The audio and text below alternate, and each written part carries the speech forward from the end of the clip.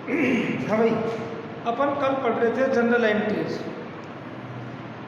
सबसे पहले जनरल एंट्रियों में जनरल का प्रारूप, यानी इसका प्रारूप कैसे बनेगा।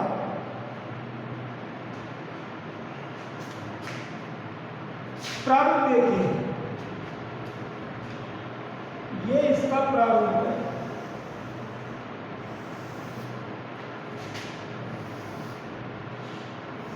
डेट, पर्टिकुलर्स,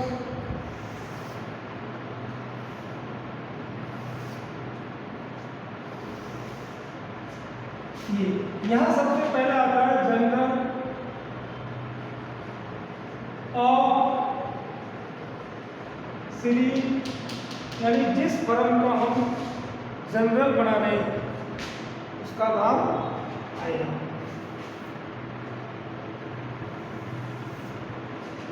जिसका नाम इस सबसे पहले आता है डेट, उसके बाद पर्टिकुलर्स,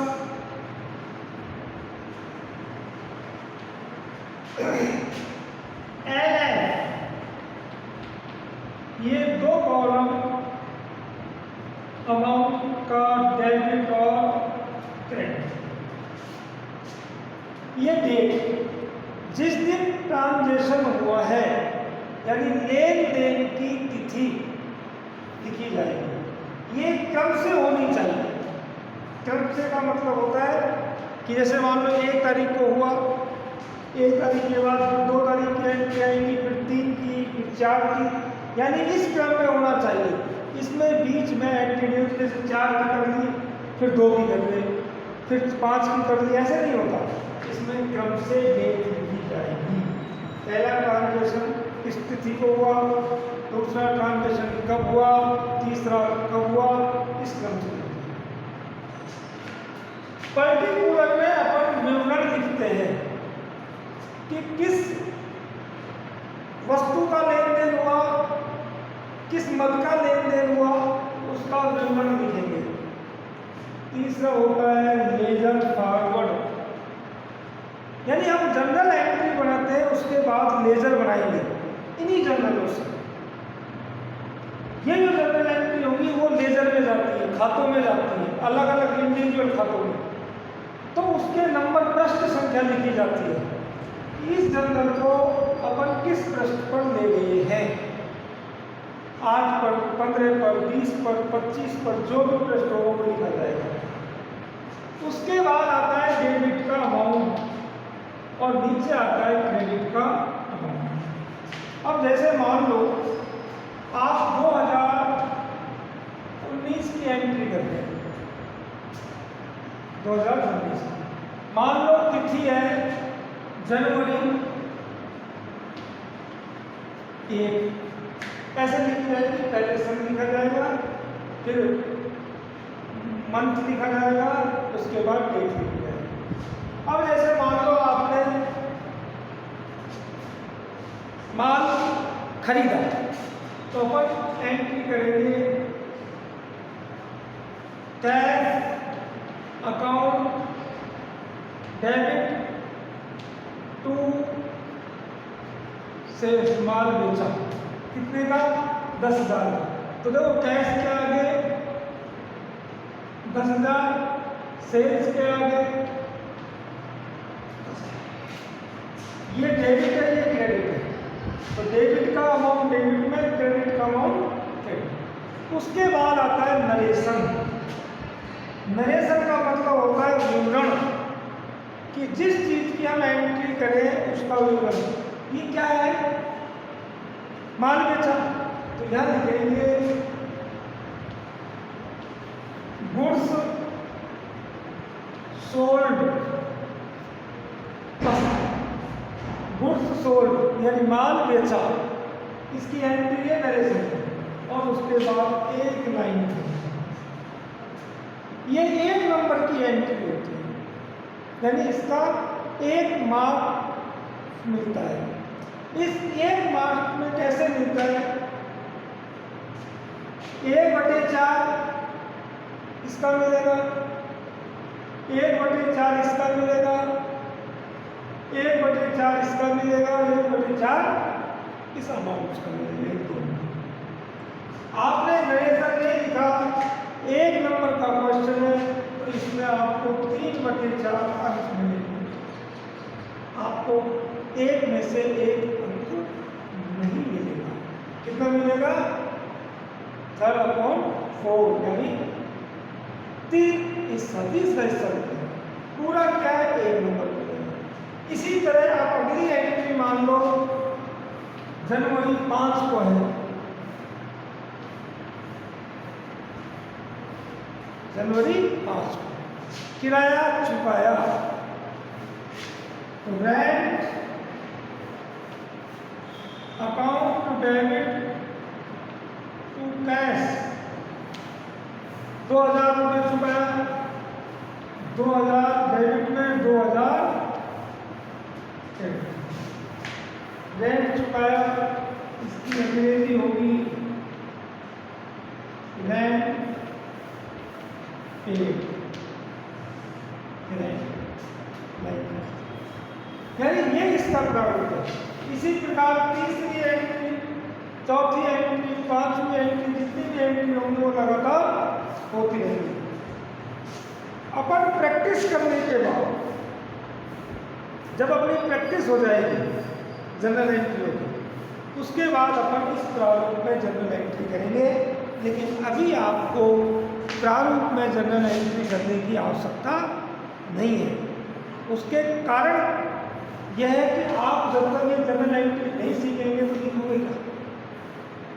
तो पहले जनरल एंट्री आप एक बार 5-7 दिन अच्छी तरह इसकी प्रैक्टिस कर लो, और प्रैक्टिस करने के बाद प्रारूप में करेंगे। लेकिन ये प्रारूप करना जरूरी है, क्योंकि तुम बिना प्रारूप की एंट्री करोगे तो ये गलत कर जाओगे। इसलिए इस प्रारूप में बाद में एंट्री करनी है। प्रैक्टिस जब हम करेंगे तो प्रैक्टिस करने के लिए अपन को इसकी कोई आवश्यकता नहीं है।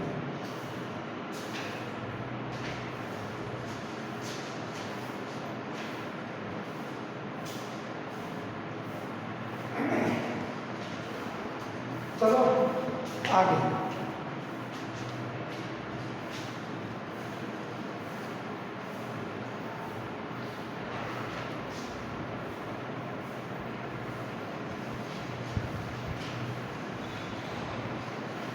अब जनरल एंट्रियों में आपको बहुत सारे एग्जाम्पल हैं इसके, लेकिन फिर भी मैं एक एग्जाम्पल लेता हूँ।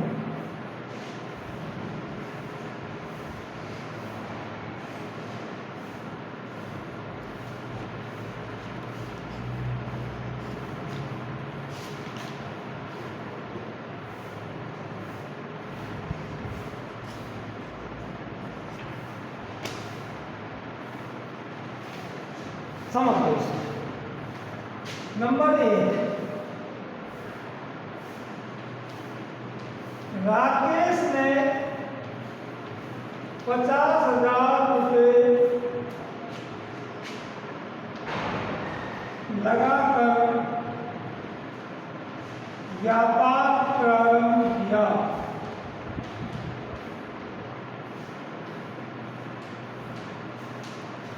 इसकी आपको जनरल एंट्री करनी है। यदि राकेश ने 50,000 रुपये लगाकर व्यापार किया, ये भी मैंने आपको कल बताई थी। सबसे पहले इसमें देखो, एक तो कौन सा खाता प्रभावित हो रहा है? राकेश, और दूसरा होता है रोकड़। ये कैश है, रोकड़ खाता है।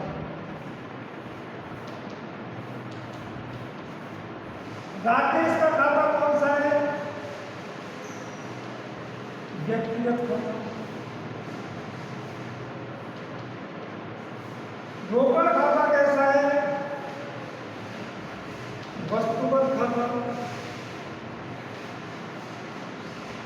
अब ये तो खातों की पहचान होगी। पहला काम, दो ही काम करने, खातों की पहचान और नियम। नियम क्या है?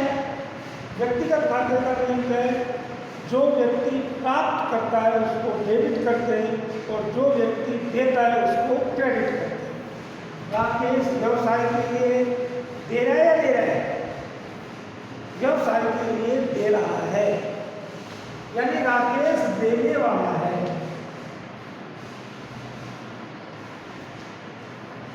पहले देने वाले को क्रेडिट करते हैं या डेबिट करते हैं?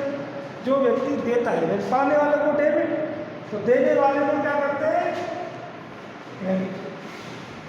वस्तुगत खाते का नियम है, जो वस्तु आती है उसको डीआर करते हैं और जो वस्तु जाती है उसको सीआर करते हैं। ये वस्तु आ रही है, जा रही है, ऐसा हमारे पास आ रहा है, तो आने वाली वस्तु को, आने वाली वस्तु को क्या करेंगे? रोकड़ को अपन अंग्रेजी में कैश बोलते हैं, रियल रोकड़ एंट्री हो जाएगी। कैश अकाउंट दिया 50,000। तू क्या होना चाहिए? राकेश। लेकिन राकेश क्या है? व्यवसाय का स्वामी, और स्वामी को हम क्या लिखेंगे? कैपिटल।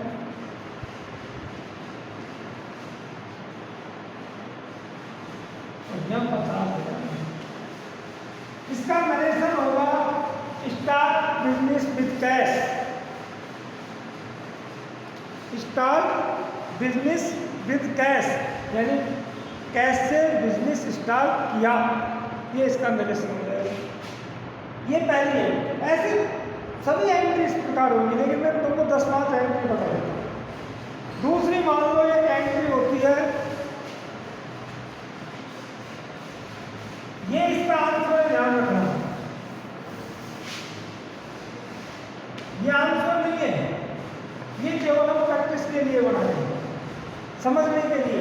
आंसर हमारा ये कि इस चीज की, यानी इस जो हमारी लेन देन है उसकी एंट्री ये है।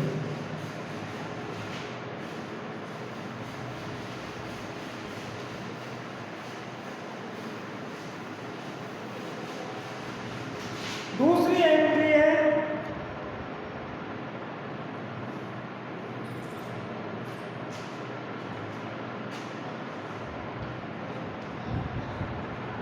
प्रवीण से 20,000 रुपए का माल खरीदा। अब देखो ये 3-4 चीज होती है, समझ लो। 3 चीज आती हैं। एक तो माल खरीदा, नगद खरीदा होगा, कुछ नहीं लिख रखा, इसका मतलब इसमें नगद खरीदा। कुछ नहीं आता है तो नगद माल आता है। दूसरा आता है प्रवीण से माल खरीदा, नाम दे रखा हो तो इसका मतलब उधार खरीदा है। अपन किसी से नगद माल खरीदेंगे तो नाम थोड़ी पूछेंगे। नगद किसी दुकानदार से अपन सामान लेके आते हैं तो इससे थोड़ी पूछेंगे भाई तुम्हारा नाम बताओ क्या है। केवल अपन को उधार में पूछना पड़ता है। अगर इसमें ये शब्द आ जाता है प्रवीण से नगद माल खरीदा, तो नगद ही दे रखा है तो हमको प्रवीण से कोई लेना देना नहीं है। हम किसी भी व्यक्ति से नगद माल खरीदते हैं तो उसका नाम नहीं पूछते, और अगर हमको नाम पता भी है तो उसका कोई प्रभाव नहीं पड़ता। यह प्रवीण है या नहीं है, कोई फर्क नहीं पड़ता। ये भी नगद माल, ये भी नगद माल। एक चीज होती है प्रवीण से उधार माल खरीदा, इसमें स्पष्ट है उधार है, ये भी उधार। 2 कंडीशन में नगद और 2 कंडीशन में उधार। जब नाम दे रखा हो और नगद दे रखा हो, दोनों चीज दे रखी हो तो भी नगद, और केवल लिख रखा हो माल खरीदा, नाम नहीं दे रखा हो तो भी नगद। इस कंडीशन में नगद है।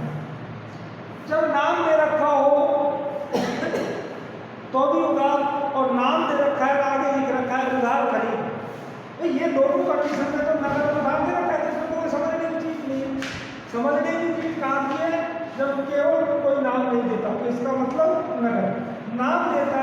तो इसका मतलब उधार। यहाँ पेमेंट से 20,000 रुपये का माल खरीदा, नकद खरीदा है उधार? उधार खरीदा है, क्योंकि यहाँ नाम दे रखा है और नकद शब्द नहीं दे रखा, तो इसका मतलब ये उधार माल खरीदा।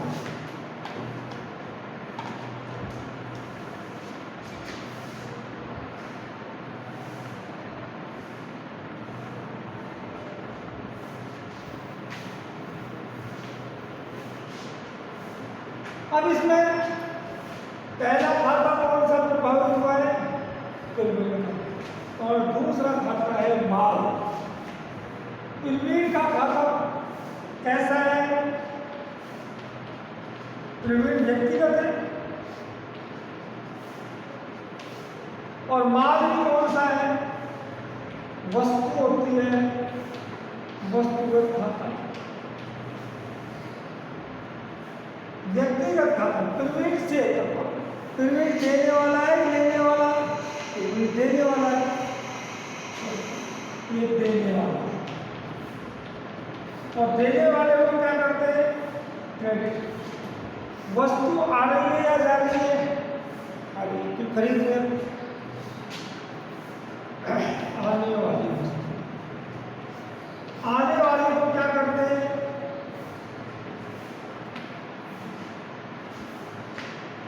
एंट्री हो जाएगी आपकी, इसको डेबिट कर देंगे, इसको क्रेडिट कर देंगे। लेकिन माल, दो चीज बताई थी मैंने।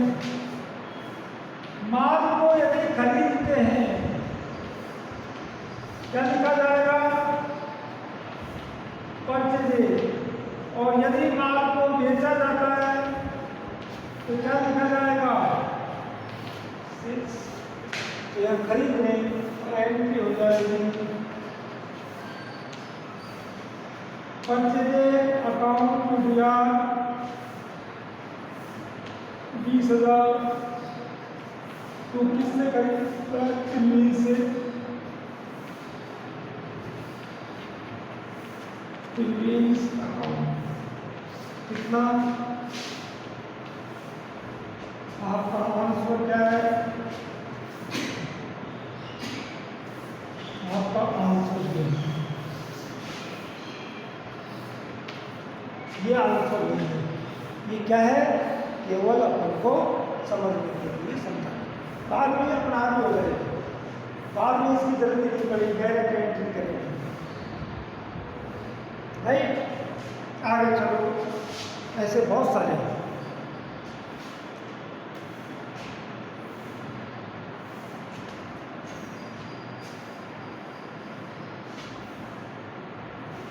अब इसी में होता, यही एंट्री होती, और यहाँ आता पेमेंट से 20,000 रुपये का माल नकद खरीदा।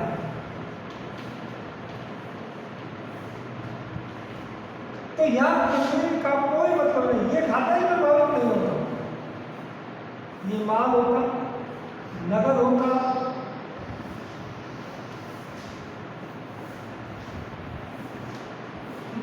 खाते का प्रभावित होने का मतलब है किस खाते पर प्रभाव पड़ रहा है। जब हम नकद माल खरीद लें तो पेमेंट से कोई फर्क नहीं पड़ेगा, पेमेंट का नाम हो, किसी का भी नाम हो या नहीं हो, क्या फर्क पड़ेगा। दूसरा खाता, इसमें क्या फर्क हो रहा है? कैश प्रभावित है। ये कैसा है? वस्तुगत खाता है, और ये वस्तु आ रही है, जा रही है। जब हम माल खरीदते हैं तो पैसा जाता है, आता है? पैसा जाता है, तो ये जाने वाली हो गई। और जाने वाली वस्तु को क्या करेंगे? सब एंट्री हो जाती है। परचेज अकाउंट दिया, पेमेंट के स्थान पर क्या था? कैश।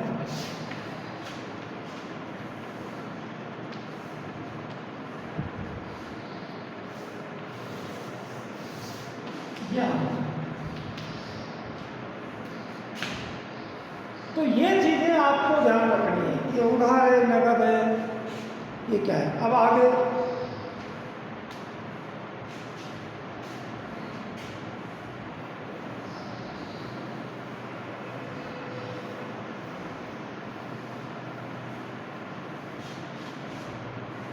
अब जैसे एक खाता है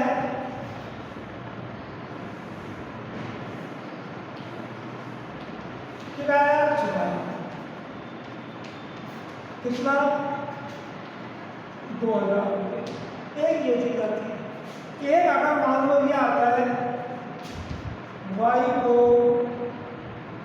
2000 रुपये का किराया चुकाया, किसी को भी जब चुकाया चुकुई शब्द आता है तो इसका मतलब नकद आता है। हम किसी को पेमेंट कर देते हैं, थोड़ी कहेंगे किसी को 2000 रुपये चुकाए उधार। अब उधार कैसे चुकाएंगे? हम किसी को हमेशा पेमेंट कैश में ही करते हैं। जब पेमेंट भुगतान संबंधी कोई आ जाता है तो अब यह क्या वाई से क्या प्रभाव पड़ा? किराया वाई को चुकाए, जेड को चुकाए, एक्स को चुकाए, इससे कोई फर्क नहीं पड़ता। जब चुकाया शब्द आ जाता है तो किसी के नाम का कोई प्रभाव नहीं पड़ता। इसे नाम होना और नाम नहीं होना हमारे लिए बराबर है। तो ये बराबर है, हमारे लिए कोई महत्व नहीं रखता इसका कि एक नाम है या नहीं है। इसलिए केवल किराया चुकाया ये शब्द आगे।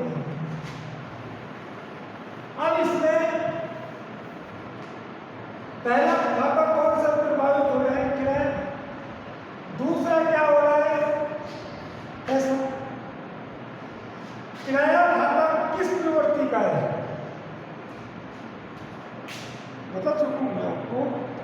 किराया, वेतन, भाड़ा, मजदूरी, प्यार, कमीशन, ये सब कैसे खाते हैं? ये सब अवास्तविक खाते हैं।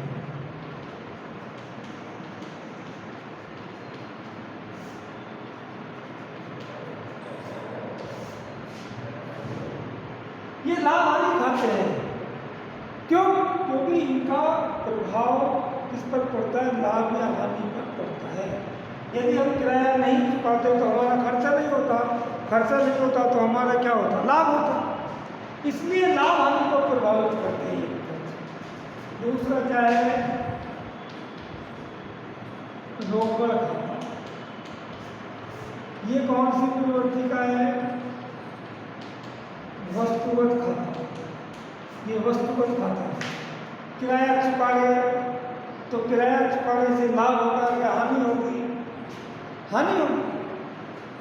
तो इससे हानि होगी और हानि को क्या करेंगे हम? डेबिट करेंगे। और रोकड़ क्या है? जाने वाली है, जाने वाली वस्तु है और जाने वाली को क्या करेंगे? एंट्री हो जाएगी आपकी बैंक अकाउंट या कैश 2000।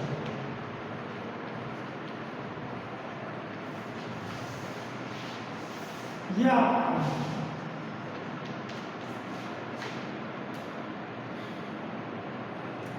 तो इस तरह आप कम से कम महीने 10-15 एंट्रियाँ करोगे, जब जाकर ये धीरे धीरे समझ में आएंगी। फिर ये अपना आप ही याद हो जाती है। अपना आप याद वैसे रखने की चीज़ नहीं है, ये समझने की है। पहला खाता कौन सा प्रभावित हो रहा है, दूसरा इस खाते का नियम क्या है।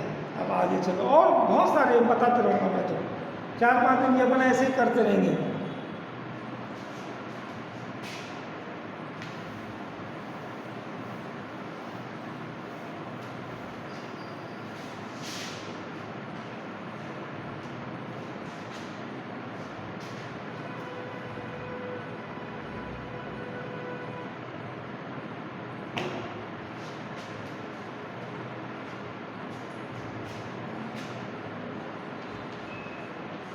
रात को 15,000 रुपये का नगद माल बेचा।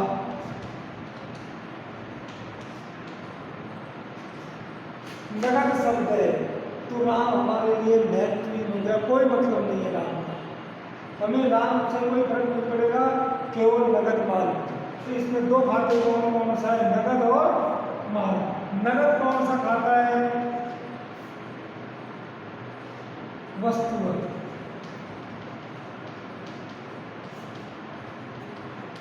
माल कौन सा खाता है, ये भी वस्तुवत खाता है। माल बेचेंगे, नगद और वस्तुमाल। नगद माल बेचेंगे तो पैसा आएगा जाएगा, आएगा। तो ये क्या है, आने वाली वस्तु है। और माल बेचेंगे, नहीं नगद माल बेचेंगे, तो माल बेचेंगे तो ये माल जाएगा जाएगा, ये जाने वाली वस्तु।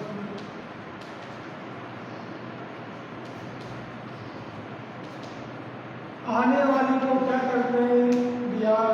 जाने वाली को क्या करते हैं, किया। आ क्या रहा है हमारे पास, कैश। कैश अकाउंट दिया 15,000। तो माल बेचने को मैंने बताया था, खरीदने को परचेज, तो बेचने को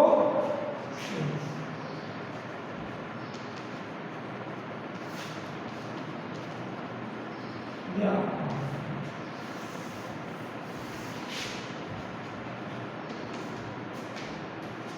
अब यदि इसका इसी क्वेश्चन में नगद नहीं होता तो ये सब चीजें खत्म हो जाती, और खाता कौन सा प्रभावित होता, राम। राम कौन सा खाता है, व्यक्तिगत खाता है। और व्यक्तिगत जिसको माल बेच रहे वो प्राप्त करने वाला है, देने वाला है, वो प्राप्त करने वाला है, पाने वाला। और पाने वाले को क्या करते हैं, तो कैश के स्थान पर क्या जाता, राम समान। कैश देने के राम, नगद बेचेंगे कैश आएगा, राम बेचेंगे उसका नाम। ये आपकी एंट्री है, इसके अलावा एंट्रियों में और कुछ भी नहीं है। इसलिए आप जब तक प्रैक्टिस नहीं करेंगे इसकी, अब मैं तुमको कंबाइंड एंट्री कुछ, अभी जैसे मैंने 2-3 चीज बताई, हमेशा ध्यान रखो। परसेंटेज क्या होता है, परसेंटेज हमेशा डेबिट होगा। सेल्स हमेशा क्या होगा, क्रेडिट होगा। ये दोनों चीजों का ध्यान रखो। परचेज हमेशा डिआर होगा, कभी सीआर नहीं होता, क्योंकि माल खरीदेंगे तो आएगा तो डेबिट होगा। सेल्स बेचा जाता है तो इसका मतलब बेचा जाएगा तो वो क्या होगा, क्रेडिट होगा। तो ये सारी चीजें आपको ध्यान में रखनी है। अब कल मैं आपको इन्हीं की प्रैक्टिस कराऊंगा, और आप जब तक खुद प्रैक्टिस नहीं करोगे तब तक इसका कोई मतलब नहीं है। ठीक है, आप घर 10-5 एंट्रियों की प्रैक्टिस करना।